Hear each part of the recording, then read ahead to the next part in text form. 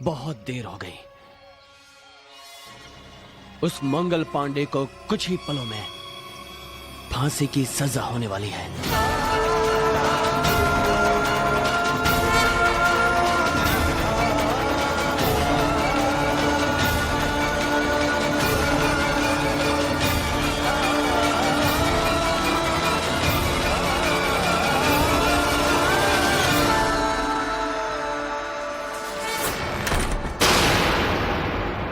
8 अप्रैल सन 1857 हिंदुस्तान के स्वतंत्रता संग्राम की तारीख का चौंका देने वाला ऐतिहासिक दिन था।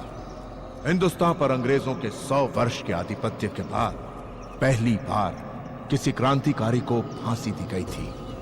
इसी तारीख के बाद स्वराज की प्राप्ति के लिए खूनी संग्राम का अध्याय आरंभ होने वाला था। शहीद मंगल पांडे का बलिदान व्यर्थ नहीं गया। क्रांति की मशाल अब महारानी लक्ष्मीबाई जैसी वीरांगना के हाथों में थी और वो हिंदुस्तान की स्वतंत्रता के संग्राम को आगे बढ़ा रही थी। ऐसे ही वीर सेनानियों के प्रयासों के कारण 90 साल के बाद हिंदुस्तान स्वतंत्र हुआ।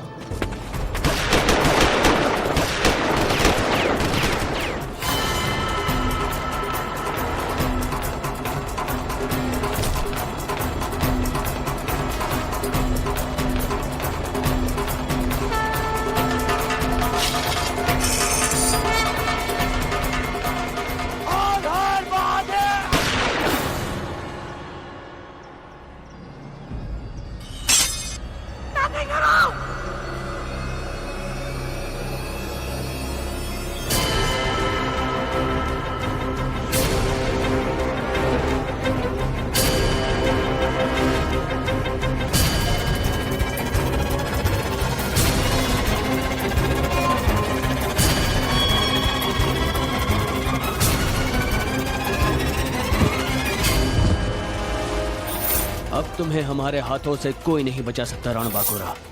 तुम्हारे सारे पापों की सजा अब हम देंगे।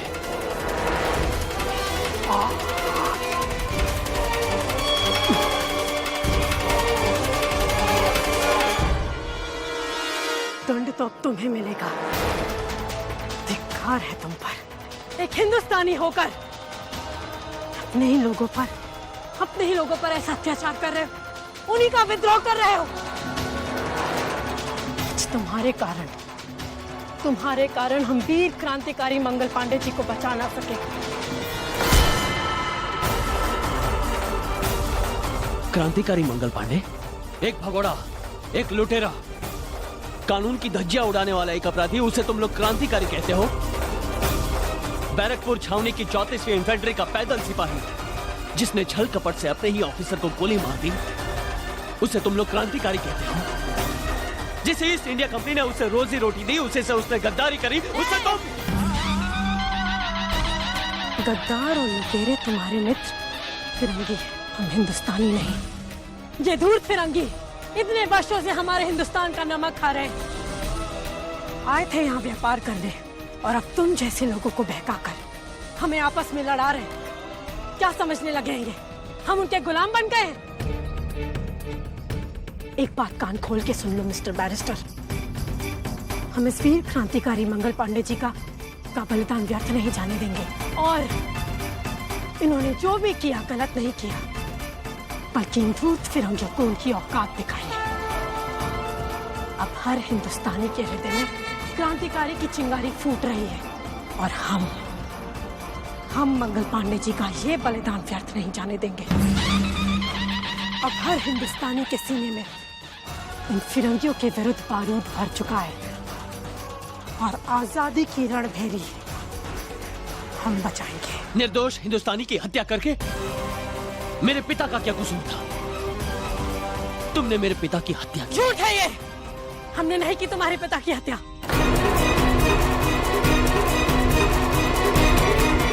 बल्कि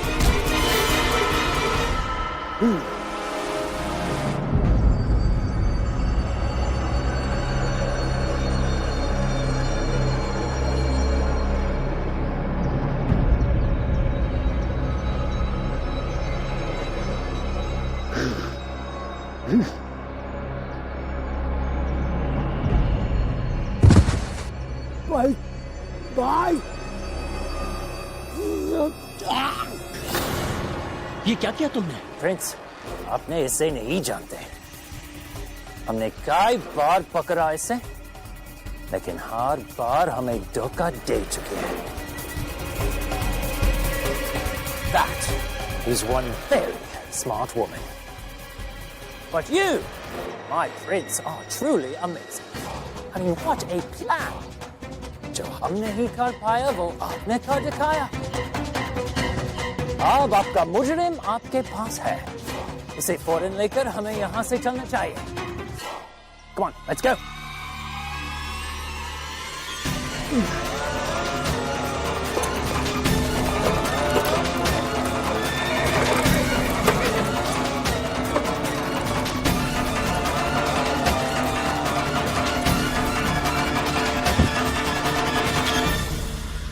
मंगल पांडे को फांसी देने के पीछे अंग्रेजों का यह मकसद था कि इस विद्रोह को सख्ती से शांत कर लेंगे, परंतु उन्हें यह नहीं मालूम था ये चिंगारी बारूद के ढेर पर गिरी थी, जिससे पूरे हिंदुस्तान में क्रांति की आग भड़क उठी।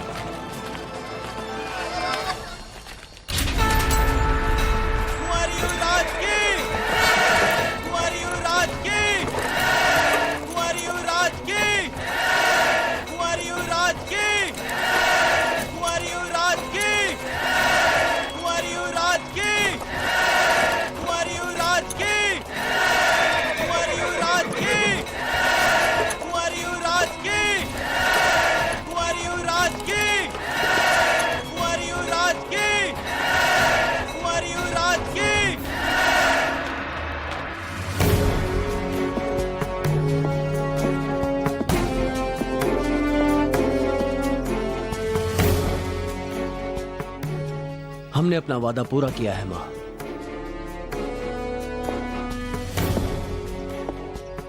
अपने पिता के हत्यारे को मैं गिरफ्तार करके ले आया हूं। ले जाओ इस हत्यारे रणबांकुरे को और डाल दो बंदीगृह में।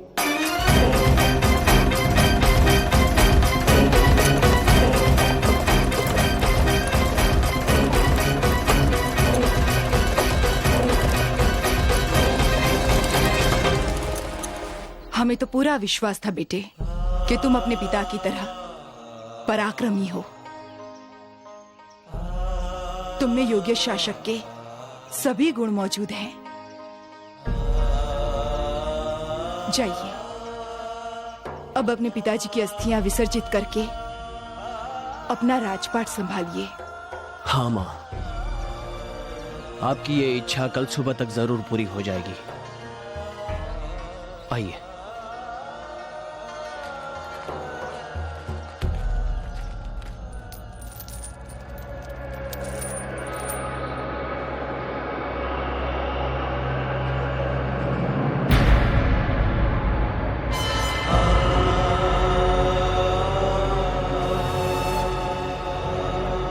एक बात बताएं दोस्त, ये मंगल पांडे तो मरने के बाद कमाल कर दिया। फांसी की खबर फैलते ही पूरे देश में दंगा भड़क उठा है। अरे चुप रहो यार, अगर किसी ने सुन लिया ना तो बंदी बधाई नौकरी फिर हाथ से निकल जाएगी। और जिसका नमक खा रहे हो ना उसके बारे में सोचो।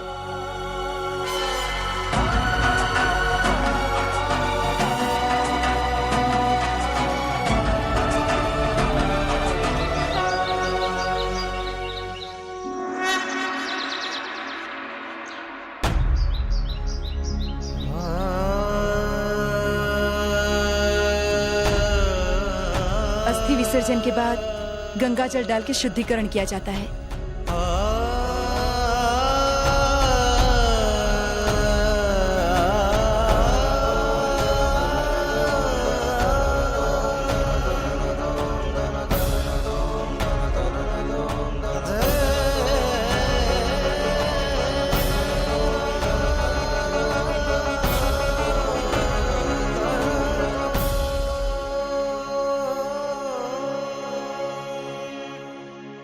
आज आपकी आत्मा को शांति मिल गई होगी बाबा साहेब। मैं जानता हूं कि आप यही चाहते थे कि मैं आपका राज्य संभालूं, लेकिन मेरी सहमति से पहले ही आप इतनी बड़ी जिम्मेदारी मेरे कंधों पे डाल के चले गए। बाबा, हम आपके विश्वास को टूटने नहीं देंगे। हम नहीं चाहते हैं, लेकिन हमारा राज्याभिषेक होने जा रहा है। लेकिन मैं अनिच्छा से राजा बनने जा रहा हूं। अनिच्छा से हो या इच्छा से, एक राजा का पुत्र राजा ही तो बनेगा।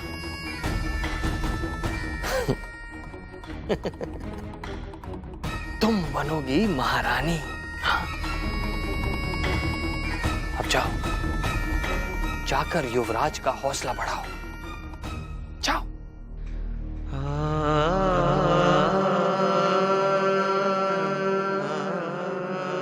भगवान के लिए स्वयं पे काबू रखिए।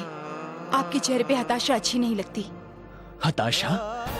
आप जानती भी है मेरे ऊपर क्या गुजर रही है। मेरा सब कुछ तबाह हो गया, बर्बाद हो गया, और ये सब उस रणबांकुरा की वजह से हुआ है। मैं उसे जिंदा नहीं छोड़ूंगा। राजा बनने के बाद सबसे पहली सजा उस रणबांकुरा को दूंगा मैं। बस इसके लिए मेरा राज्याभिषेक अब जल्द से जल्द हो जाना चाहिए।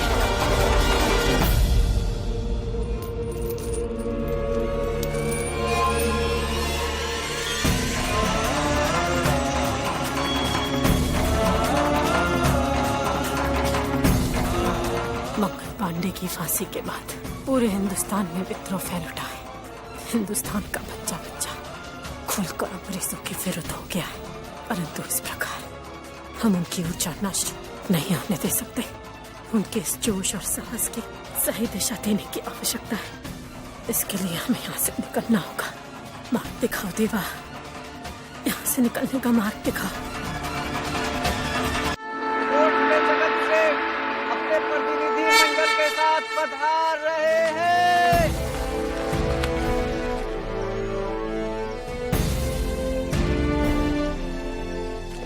बिठुर के पेशवा श्रीमंत नाना साहब ढोंडूपंत पधार रहे हैं।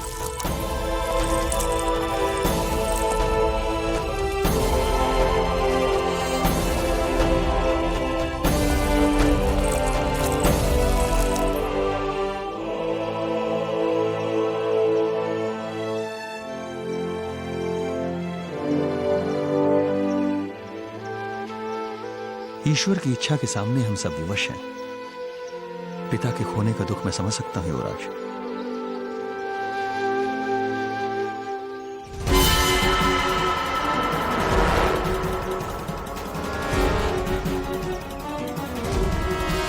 ये दुष्ट यहां क्या कर रहा है? क्या बात है मित्र? कुछ नहीं, तुम्हारे बारे में सोचने लगा था। काफी परिवर्तन आ गया तुम में। अकेले आए हो? नहीं, हमारे साथ कानपुर के कलेक्टर चार्ल्स हिल्डरसन आए।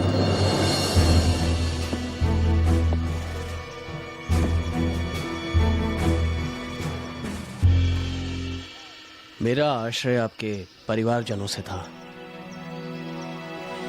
आइए।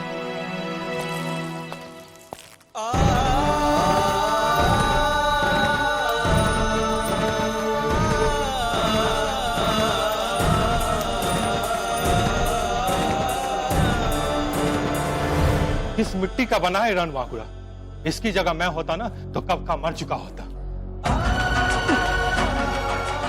दुख और कष्टों से लक्ष्मी भाई कभी विचलित नहीं होते। और वैसे भी धरती माँ की विपदा के आगे ये दुख क्या है? इन्हीं दुखों के उस पार फिर उनकी दास्तां से धरती माँ की मुक्ति है। हे देवा, अरे यहाँ क्या खड़े हो? अरे अंदर जाकर तो देखो, आज पूरा राज दरबार और गढ़वाने अतिथियों से भरा पड़ा है। अब भैया तुम ही बता दो कि कौन कौन लोग आए हैं। बहुत सारे लोग आए थे, लेकिन हमारे युवराज अपने बचपन के मित्र से मिलकर भाववश रो पड़े थे। कौन था वो? बिठूर के श्रीमंत पेशवा नाना साहब।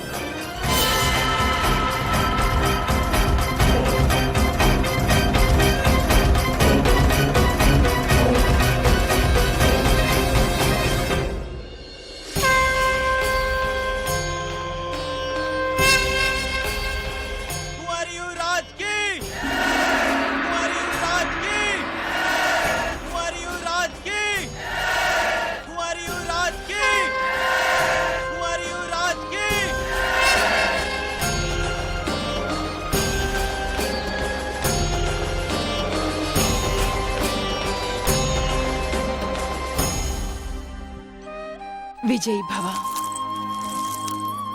बेटा, बरसों से इन आंखों में यही सपने सजाए बैठी हूं कि तेरे सिर पर मोट का राज मुकुट देखो। महाराज, राज सिंहासन पर विराजिए।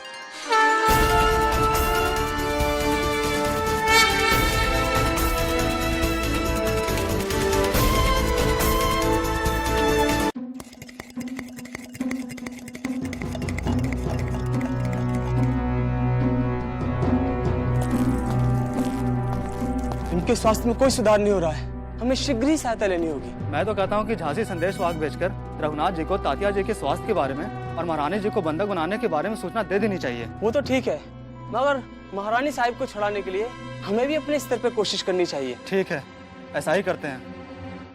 मोट के महाराज बनने पर बधाई हो युवराज। धन्यवाद। पता नहीं, मुझे एक बात का आभास हो रहा है कि महाराज बनने की प्रसन्नता आपके चेहरे पर दिखाई नहीं दे रही है। कोई बात है जो आपको विचलित कर रही है? बचपन में तो हर छोटी छोटी बात बता दिया करते थे आप हमें। कोई बात याद है आपको हमारी? हमारे सामने आप बाबा साहेब के पास आए थे। इंदु के विवाह में आप शिकायत लेकर आए थे कि एक लड़की ने मिट्टी में डुबो डुबो कर आपको मारा था। और याद है वो लड़की किस नाम से चिढ़ाती थी आपको?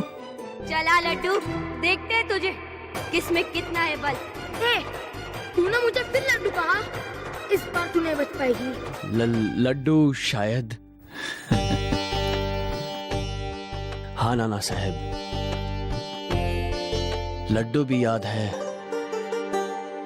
और मिट्टी में वो लड़ाई भी।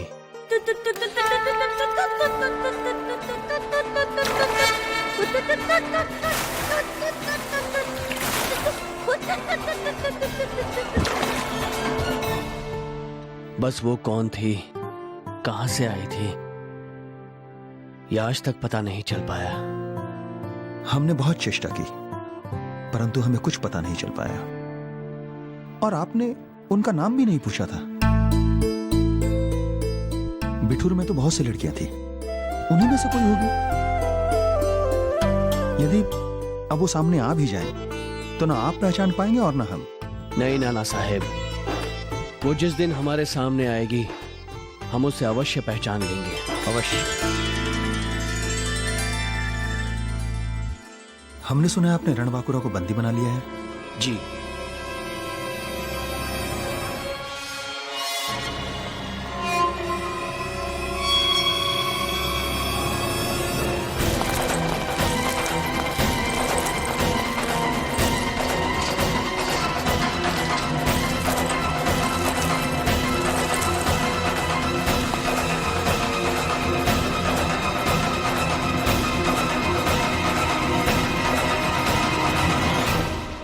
यही है वो बुंदेलखंड की आतंकी रणबांकुरा।